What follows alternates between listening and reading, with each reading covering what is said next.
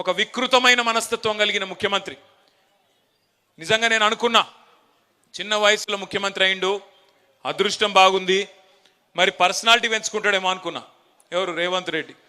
ఏ చిన్న వయసులో 53, 54 ఏళ్ళకే జాక్పాట్ తలిగింది, తాంతే గారెల బుట్టలు పడ్డట్టు పోయి ముఖ్యమంత్రి అయిండు. సరే, ఆయన అదృష్టం బాగుంది, పర్సనాలిటీ పెంచుకుంటాడేమో అనుకున్నా. కానీ రేవంత్ రెడ్డి కథ ఎట్లుందంటే పర్సనాలిటీ పెంచుకున్నాడు మీద లేదు ఇంట్రెస్ట్, పర్సెంటేజ్లు పెంచుకున్నాడు మీదనే ఉంది ఆయన కథ అంతా. ఢిల్లీకి మూటలు పంపాలే, పదవి కాపాడుకోవాలి తప్ప వేరే ఫికరు లేదు. ఎన్ని మాటలు చెప్పిండ్రండి, ఎన్ని రకాల అబద్ధాలు చెప్పిండ్రు. మొన్న ఒక మిత్రుడు వచ్చినాడు, మీ నల్లగొండ జిల్లా వాసే, బాగా రాస్తాడు, మంచి రైటర్, ఇక పేరెందుకులే కానీ ఆయన వచ్చి, ఆయన ప్రభుత్వ ఉద్యోగంలో ఉన్నాడు. ఆయన వచ్చినాడు, కొద్దిసేపు ఏదో ముచ్చట పెడుతున్నాం. నేను అడిగిన, అన్నా మరి ఏమైందే మీ నల్లగొండలో?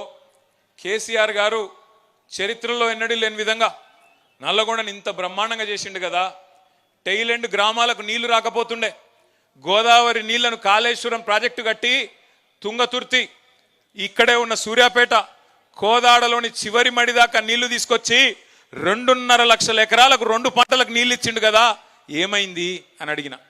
అట్లే ఒక్క మెడికల్ కాలేజీ లేని నల్లగొండ ఉమ్మడి జిల్లాకి 3 మెడికల్ కాలేజీలు ఇచ్చిండు కదన్నా, ఏమైంది అని అడిగిన. దామెరచెర్ల లాంటి అద్భుతమైన విద్యుత్ కేంద్రం కట్టిండు.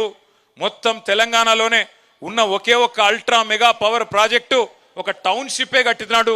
మరి అంత పెద్దది కడితే మిర్యాల కూడా ఎందుకు పోయింది అని అడిగిన. ఆలేరులో, భువనగిరిలో మరి ఆ ప్రసిద్ధ సుప్రసిద్ధ ధార్మిక క్షేత్రమైన యాదాద్రిని అంత అద్భుతంగా, బహుశా మనం ఎవ్వరం కూడా కలగనని విధంగా అద్భుతంగా తీర్చిదిద్దిండు కదా, అదెందుకు పోయింది అని అడిగిన. ఆయన ఏం చెప్పిండో తెలుసా నాకు? అన్న ఏం లేదే, మీరేమనుకోనంటే క్లుప్తంగా రామాయణం కదా, కట్టే కొట్టే తెచ్చే అని చెప్తారు కదా 3 ముక్కల్లో, నేను కూడా అట్లే చెప్తా అన్నాడు. చెప్పు అన్న. ఏమైంది అంటే ఆయన చెప్పిన మాట ఏంటంటే, మీ నల్లగొండ జిల్లా బిడ్డ ఆయన ఏమన్నాడంటే 3 పదాలు: కట్టే కొట్టే తెచ్చే లెక్క, అసూయ ద్వేషం ఆశ. అసూయ ద్వేషం ఆశ, ఈ 3 పనిచేసినాయి అన్న అన్నాడు. అంటే ఏంది అని నేను అన్నా.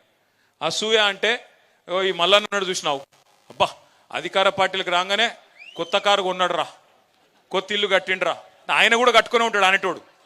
కేసీఆర్ ప్రభుత్వంలో అందరి సంపద పెరిగింది, భూముల రేట్లు పెరిగినాయి, అందరి సంపద పెరిగింది, కానీ మల్లన్న మీద అసూయ పుట్టియాలి. ఓ భాస్కర్ రావు గారు కొత్త అంగేసిండు, అమ్మా నిన్న మొన్నటి దాకా ఆయన ఏదో ఇదివరకు అంగి లేకుండా తిరిగినట్టు బ్రహ్మాండంగా ఉండే ఆయన ఇదివరకు కూడా, కానీ ఇవాళ కొత్త అంగేదో వేసినట్టు ఆయన మీద అసూయ పుట్టించే విధంగా స్థానిక నాయకత్వం మీద ఈర్ష్య ద్వేషాలు కలిగే విధంగా ఒకవైపు ప్రచారం, మరొక వైపు ద్వేషం. ఏదో కేసీఆర్ గారు ఈ రాష్ట్రాన్ని ఆయన కుటుంబం కోసమే తెచ్చుకున్నాడు, ఆయన ఎవరిని కలవడట, అహంకారం అట, కుటుంబ పాలనట, లక్షల కోట్లు దోసుకపోయిందంట అని కేసీఆర్ గారి మీద ఏదో దొరలనట, దొరపాలనట అని చెప్పి ద్వేషం నిండే విధంగా అగ్రనాయకత్వం మీద ఇంకోవైపు విష ప్రచారం. మూడోది ఆశ. కేసీఆర్ 10,000 ఇస్తుండు కదా, నేను 15,000 ఇస్తా. కేసీఆర్ ₹1,00,000 ఇస్తుండు కదా పెళ్లికి, నేను తులం బంగారం ఇస్తా.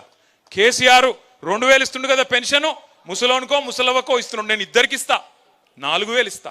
మా సోనియమ్మ చెప్పింది వచ్చే నెల నుంచే ఇస్తా అని ఏతుల వెంకటరెడ్డి, ఇంకా తర్వాత ఇక ఉన్నారు కదా కోతుల ఉత్తమ్ కుమార్ రెడ్డి, ఇటువంటి వాళ్ళు అందరు ఎక్కడోడు అక్కడ తలిగి మొత్తం ప్రజలని ఆశ పెట్టి, నీళ్లున్నాయి, కరెంట్ వచ్చింది, కడుపు నిండా అన్ని వచ్చినాయి, ఇక ఏడన్నా పోతాయా అవి, ఇంకేదో వస్తుందట మీదికెళ్ళి అని చెప్పి ఒక ఆశ పెట్టి.